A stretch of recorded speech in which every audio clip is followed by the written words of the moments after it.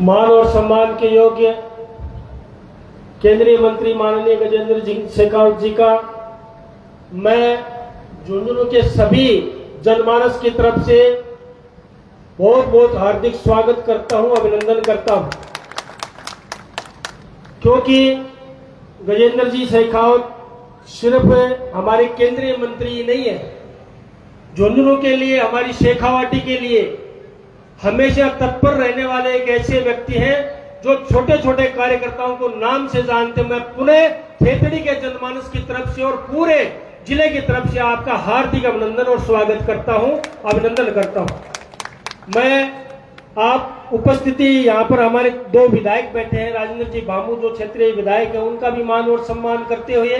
नवलगढ़ के विधायक हमारे विक्रम जी जाखल, आपका भी मान और सम्मान है, और हमारी नवनियुक्त जिला अध्यक्ष माननीय हर्षनी कुलेरी जो हमारे जिले की पहली महिला अध्यक्ष बनी है, उनको बधाई देना चाहता हूं, शुभकामना देना चाहता हूं। हमारे रूथला जी और सभी मंचस्थ अतिथियों के साथ साथ हमारे पूर्व सांसद बैठे हैं, पूर्व विधायक बैठे हैं, हमारे और जिले के पदाधिकारी हैं,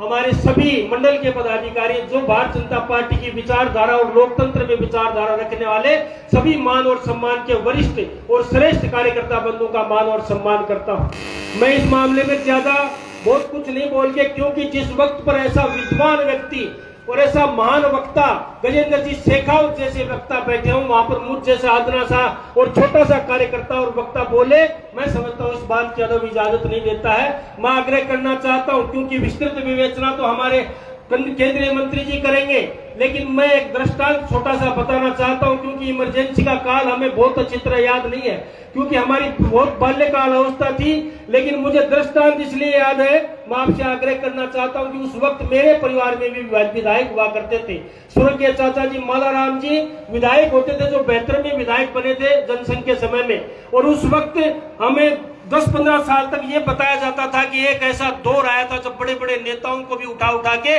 जेलों में जबरदस्ती ठोस दिया गया था। उस वक्त तो हमें समझ में नहीं आया था, लेकिन आज मुझे उस दर्दनाक दौर का पूरी तरीके से आभास होता है कि निर्दोष लोगों को इस लोकतंत्र की हत्या करने वाली है कांग्रेस पार्टी 25 जून 1975 को इस लोकतंत्र के संविधान की हत्या करके किस तरीके से निर्दोष लोगों को जेलों में ठोस के और एक संविधान का जो मजाक उड़ाया गया था। मैं आग्रह करना चाहता हूं, वो आज ये मुफ्त में मिली हुई आजादी और मुफ्त में मिला हुआ ये शानदार और जानदार लोकतंत्र, हो सकता है नौजवानों को लगता होगा कि अपने आप खड़ा हो गया, अपने आप बन गया इतना सुंदर भारत, इतना श्रेष्ठ भारत, लेकिन इसके लिए कितने लोगों ने कुर्बानियां दी हैं। जेल की सलाखों के बीच में वो लोग रहे, अपने बच्चों से दूर रहे, उनकी मेहनत को और कुर्बानी को अगर कोई याद नहीं करेगा तो मैं समझता हूं वो सच्चा लोकतंत्र का हितैषी नहीं है। इंदिरा गांधी परिवार ने और कांग्रेस परिवार ने इस देश को दिया क्या है मैं समझना चाहता हूं, लेकिन उस वक्त इतना लोगों में जागरूकता नहीं थी, और इनकी जो तानाशाही, जो व्यक्ति आज लोग हर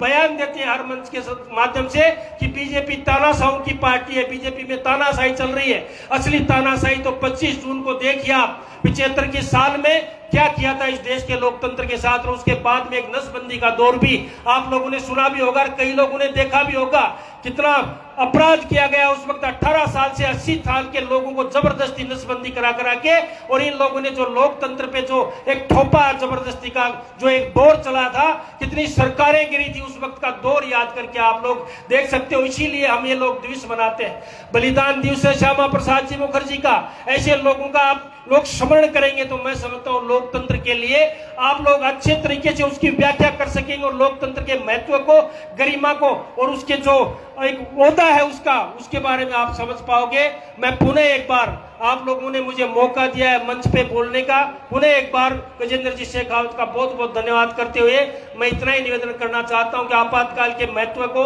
और आपातकाल की जो विभीषिकाएं थी उसको अगर नौजवान पीढ़ी को आप लोग नहीं बताएंगे तो कांग्रेस का चाल चरित्र अब अच्छी तरह लोगों को समझ में नहीं आएगा। यही उद्देश्य है आपातकाल बनाने का, मुझे आपातकाल की 50वीं बरसी मनाने का, और कोई राजनीतिक उद्देश्य नहीं है किस तरीके से कांग्रेस ने जुल्म किए थे, ये सिर्फ बताने का एक माध्यम है और बताने का मंच है। पुनः एक बार मुझे बोलने का मौका दिया, इन्हीं शब्दों के साथ अपनी बात समाप्त कर रहे होते हैं, अपना कथन समाप्त करता हूं। सबको राम राम, बहुत बहुत धन्यवाद। देखिए